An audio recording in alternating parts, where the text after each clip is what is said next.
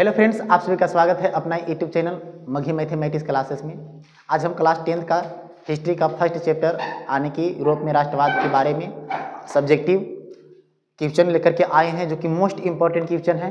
ये सारे question exam board में बहुत बार पूछ चुके हैं और एक क्वेश्चन हम लोग अच्छी तरह से आज सीखेंगे और अच्छी तरह से कंप्लीट करेंगे। तो चलिए हम लोग देर ना करते हुए जो भी यूरोप में राष्ट्रवाद से जो भी इम्पोर्टेंट क्वेश्चन है उसे हम लोग अच्छी तरह से सोल्व करेंगे और अच्छी तरह से अपने कॉपी में तुम लोग नोट्स कर लेना, ताकि एग्जाम के समय नोट्स ही काम आता है, पूरा किताब काम नहीं आता है। ठीक है, तो चलिए हम लोग देर ना करते हुए अपने टॉपिक पर चलते हैं। सबसे पहले हम लोग चर्चा करेंगे क्या, यूरोप में राष्ट्रवाद। यूरोप में राष्ट्रवाद के बारे में चर्चा। हम किताब अगर कहीं पे पढ़ा होगा, चलिए अगर नहीं पढ़ा होगा तो सब्जेक्टिव तो याद करना ही पड़ेगा। जो पढ़ लेता है तो उसे क्या होता है कि अच्छी तरह से मालूम होता है कि किस तरह से इसमें हुआ था, तो अच्छी तरह से वो अपने भाषा में लिख देता है। लेकिन कोई बच्चे ऐसे हैं कि किताब नहीं पढ़े हैं, तो उसको क्या लगता है कि कैसे याद होगा। तो आसान परिभाषा है, अच्छी तरह से हम लोग सभी परिभाषा को याद करेंगे, है ना। फर्स्ट क्वेश्चन जो है वो है क्या कि राष्ट्रवाद किसे कहते हैं। एग्जाम में ये भी क्वेश्चन आया था, बहुत दिन पहले आया था।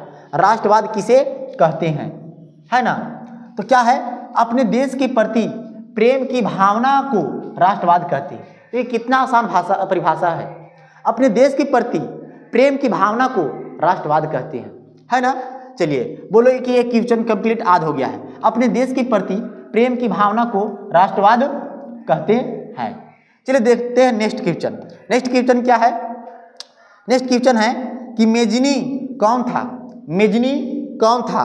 तो इसका जो क्वेश्चन का आंसर जो होगा, मेजनी साहित्यकार, गणतांत्रिक विचारों का समर्थक और योग्य सेनापति था।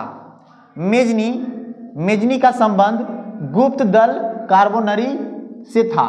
बोलेगा कि गुप्त दल कार्बोनरी का संबंध जो था, गुप्त दल कार्बोनरी का संबंध किसका था, तो मेजनी का। आने की मेजनी का किस कार्बोनरी से संबंध था, गुप्त दल से। आने की सब्जेक्टिव भी हम लोग पढ़ रहे हैं, लेकिन ऑब्जेक्टिव भी क्लियर हो जा रहा है। देखिए सब्जेक्टिव में ही ऑब्जेक्टिव रहता है। अगर अच्छे तरह से अगर सब्जेक्टिव पढ़िएगा ना, तो आपको ऑटोमेटिक हिस्ट्री का जितना भी है अधिकांश तुमको ऑब्जेक्टिव पता चल ही जाएगा। लेकिन सब्जेक्टिव पढ़िएगा तब, है ना।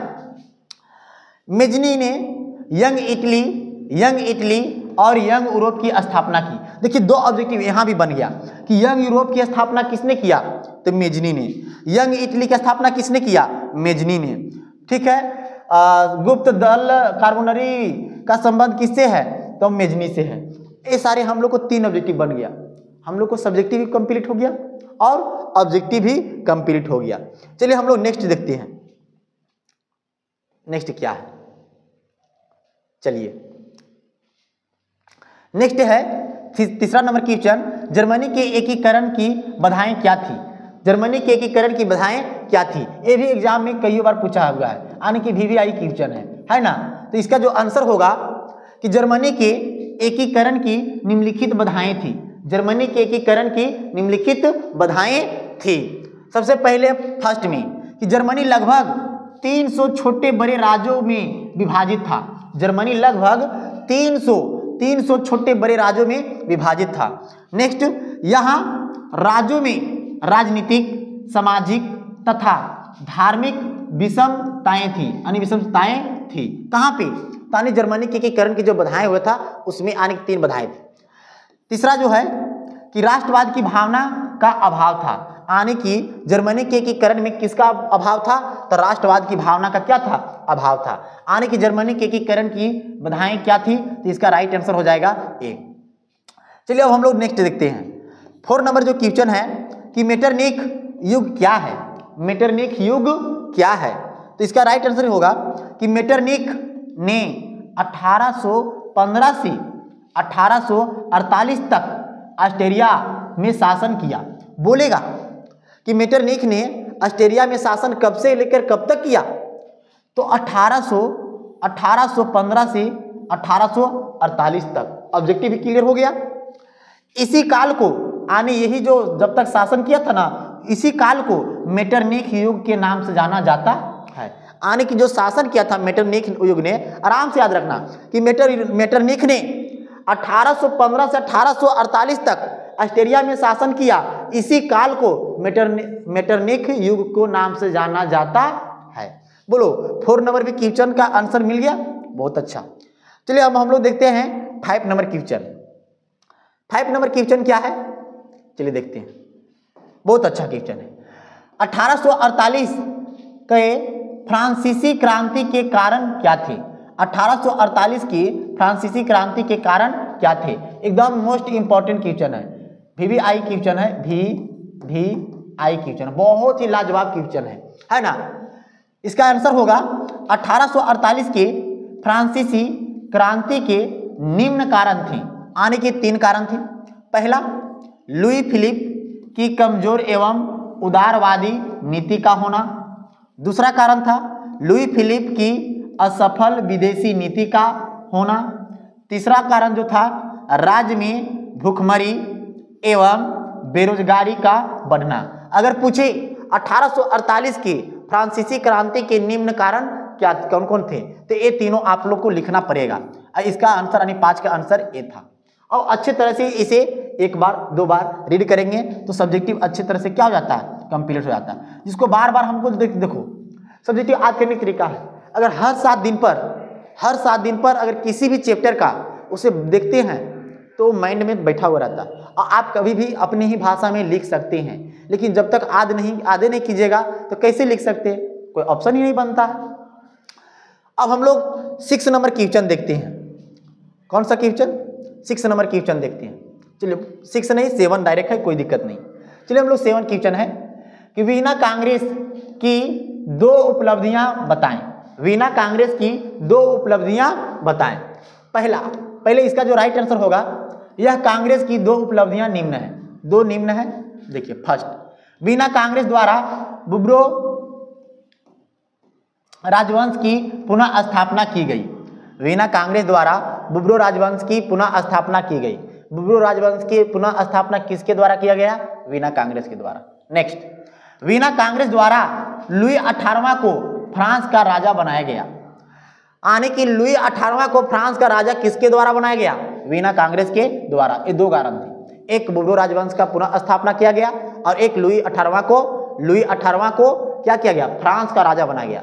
बोलेगा कि लुई 18वां को कहाँ का राजा बनाया गया? फ्रांस का राजा बनाया गया।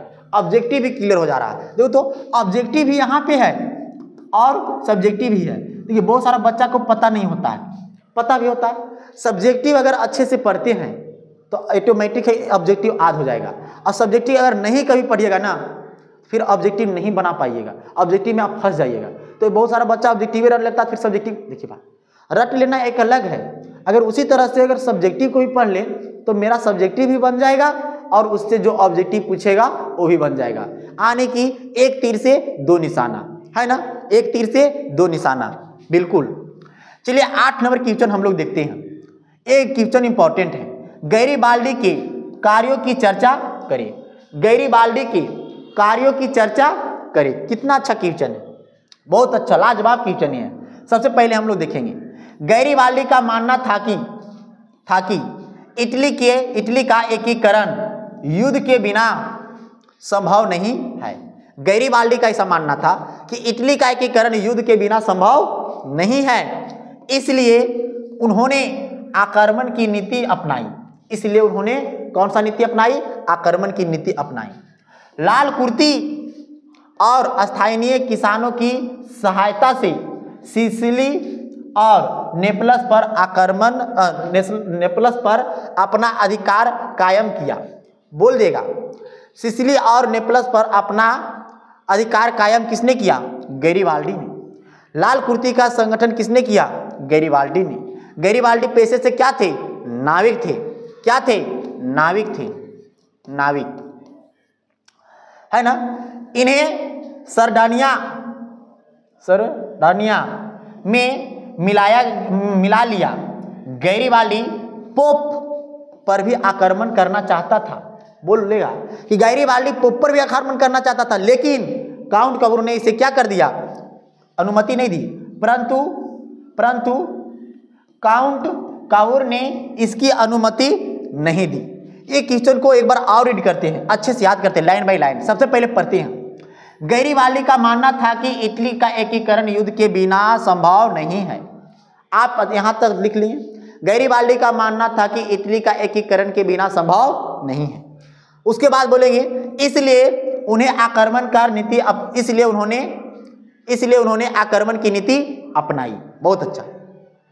लाल कुर्ती और स्थानीय किसानों की सहयोग से सिसिली और नेपल्स पर अपना अधिकार कायम किया। इन्होंने सरडानिया में मिला लिया। गैरीबाल्डी पोप पर भी आक्रमण करना चाहता था, अधिकार करना चाहता था, लेकिन परंतु काउंट काबूर ने उसे क्या कर दिया, अनुमति नहीं दिया। बोलो एक क्वेश्चन का आंसर एकदम अच्छे तरह से याद हो गया। इसको एग्जाम में बहुत बार क्वेश्चन आया हुआ कि गैरीबाल्डी के कार्यों की चर्चा करें। अगर देखिए यूरोप में राष्ट्रवाद से जो क्वेश्चन पूछेगा तो यही 8-9 क्वेश्चन है, यही में से क्वेश्चन रहेगा। अगर फर्स्ट चैप्टर से अगर क्वेश्चन आता है तो इसी में से एक क्वेश्चन पक्का रहेगा। चलिए नेक्स्ट क्वेश्चन, लास्ट क्वेश्चन हम लोग देखते हैं।